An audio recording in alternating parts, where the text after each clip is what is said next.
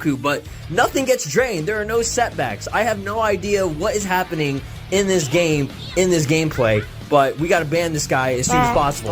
Stop. We gotta stop this, okay? If you've actually grown up playing Tenkaichi. Look, I'm gonna always send Tenkaichi because I've been saying it like that since I was like 6. Deal with it, I'm sorry, alright? We're less than 24 hours away from early access of Dragon Ball Sparking Zero. And it's something that I feel like I need to talk about that not only pertains to Sparking Zero or fighting games, but the whole entire genre. Bro, you meant to say gaming, dog. So there are always two type of people always playing video games, and neither of them are good or bad. There's the casuals, and then there's the competitive players, aka the pro player. And like with Sparking Zero, I've been seeing this magnified across social media that every time somebody asks for balance or something like that, they just attack them. The director of Sparking Zero even stated, yeah man, we gonna make this game like balanced as to the character, not balanced in terms of the game. And then they showed the Ultra Instinct Whis thing, and everybody started losing their mouths. It's like, he's broken, we should ban him. The context of it being in training mode really does, clarify this a lot better. And this character, I don't think is going to be broken. I don't think we need to ban him. Again, I was making jokes about it. God, I hate this discussion. A lot of people not going to agree here, but hear me out. My big issue with this is that people have this inherent hatred for people that want to take a game to a competitive level, find people that want to play the game even at a sweaty level. Like, number one, why do people get mad at people sweating in video games, especially in ranked? You hopped on ranked and you complain about people trying. You want to rank up, you supposed to try. But I understand the casual player in this as well. A lot of the times, the casual player feel like they just want to have a chill, laxed out experience, and that's completely fine. Another thing is that a lot of times, people go to casual match to try out new characters, new moves, or new weapons or skill sets. It happened to me before. I tried out Juno for the first time in quick play in Overwatch, and literally somebody spazzed on me like I'm supposed to know him like I'm Grandmaster or something. Those type of people, you just ignore. I ain't talking about those. Okay, they the weird ones. But then like down the road, people be like, it gets sweaty. When you play a video game, period, you go from not knowing how to play the game to at least how the game works and its tutorial. Like, people get mad, they be like, well, casual match gonna get sweaty 2 weeks in. I mean, obviously people know how to play the game at that point. Everybody ain't gonna be stupid. Everybody gonna be better. Like, that's common sense, you know what I'm saying? Like, I'll never forget that video of Buddy complaining in Fall Guys. He's like, y'all sweating in Fall Guys. No, people just learn how to play the game now and they know what to do to get the dub. It was gonna get harder for you. It wasn't gonna be that easy to always win anyway. And even in that game, you got so many different variables, random things, random stage choice, that it's not always a guaranteed W. But people find a way to complain on both sides of the spectrum.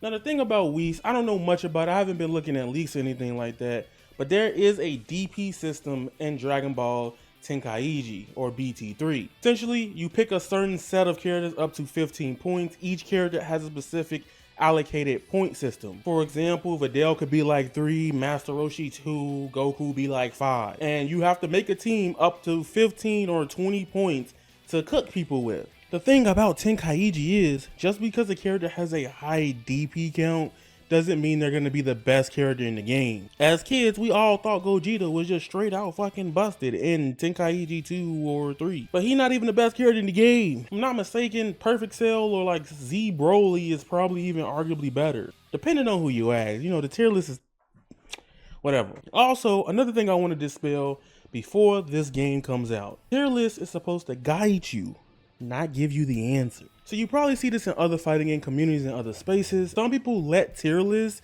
dictate their enjoyment of who they should play in the game or who they want to play. Tier list is supposed to help you say, hey, this is the current state of the game, which is the meta. Metas will always be formed in no matter whatever game you play. No matter.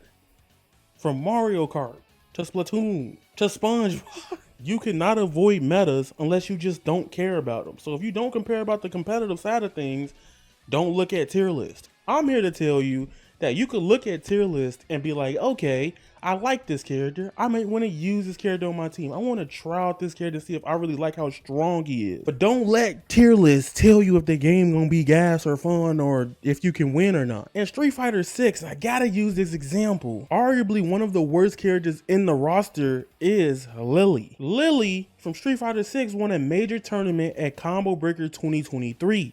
Just because your character may be on the weaker side doesn't mean you can't cook. Just letting y'all know. Don't let tier lists ruin the game for you. Everybody's gonna make tier lists, okay? I'm gonna make one too, so subscribe. Also, before we go any further, make sure y'all hit your boy up on your Twitch. Let's try to get part of this month. Let's try to cheese the system.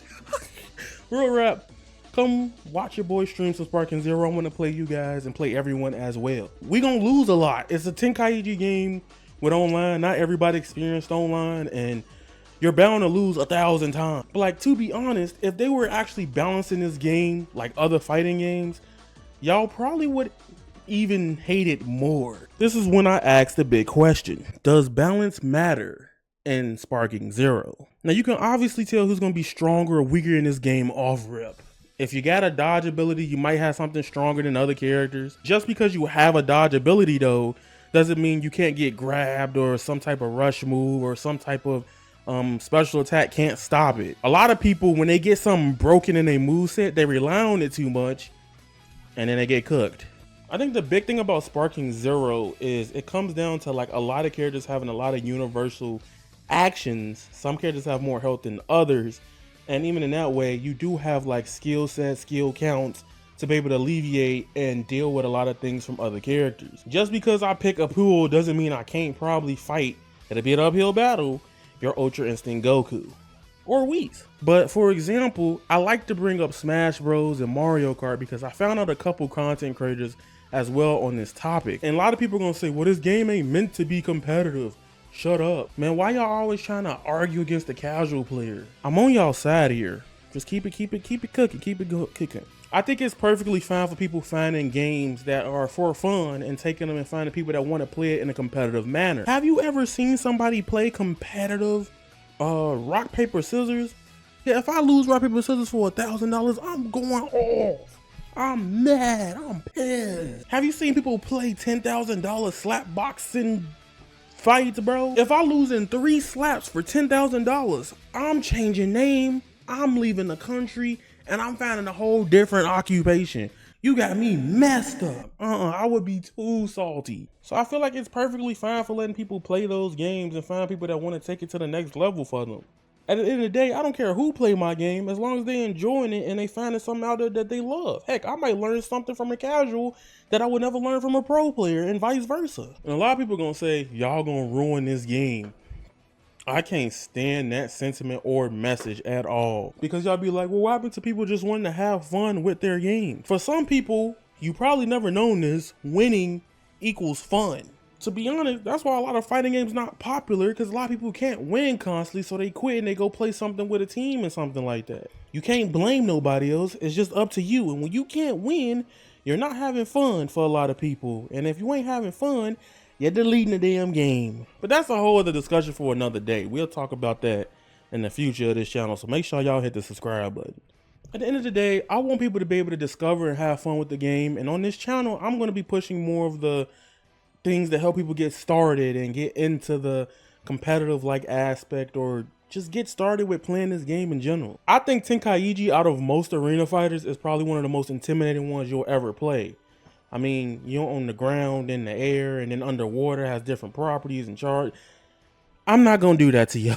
I'm just gonna walk away this time. All right, just I wasn't gonna nerd out. Then there's this other thing that's blowing me about Sparking Zero. People on social media, I made a short on my channel as well. You can't play X character or you're lame or you're corny. Some people just be memeing, which I understand, but some people are so serious about that. Bro, if you pay $70 for a game in 2024 and you tell me I can't play with Ultra Instinct Goku when I want to, we gonna have some problems. At the end of the day, everybody like their favorite character, and yeah, pick whoever you want. They didn't give me my favorite character, so I'm picking violence. I'm picking everything broke. Y'all gonna have to hold that. If I lose, I lose. I just ain't that good with the broke character.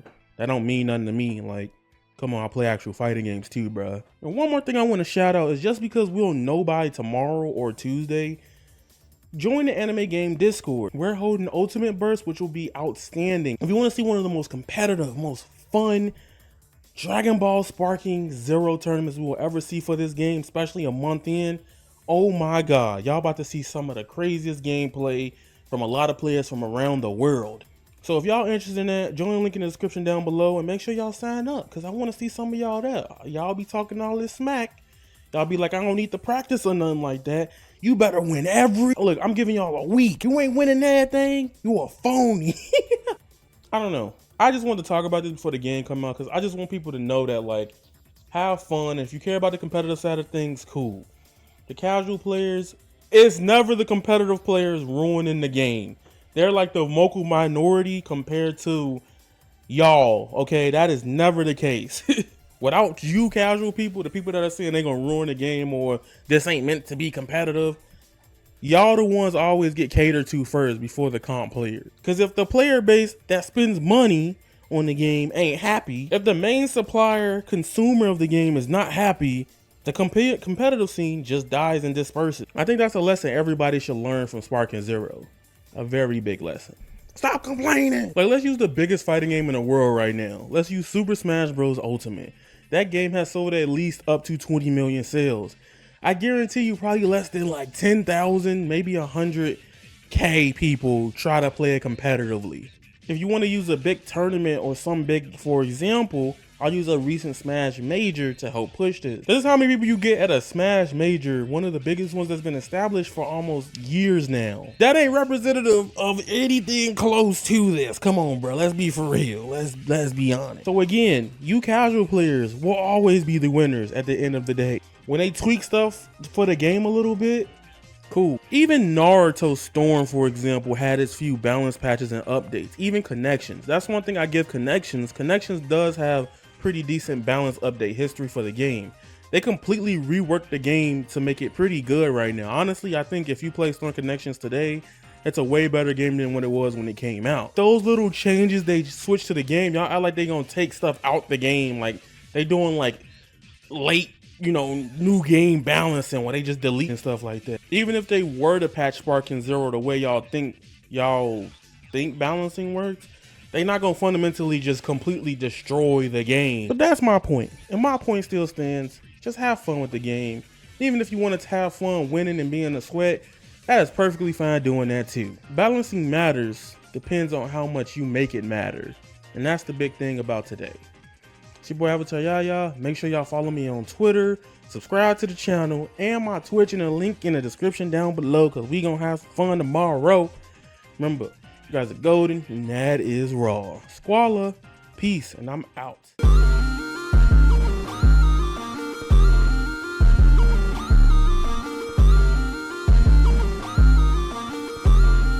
And I swear I never felt like this.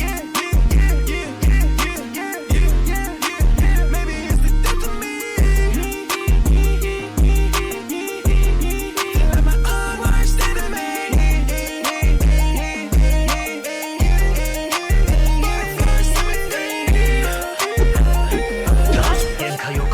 All right, who's next? Let's see who's stronger.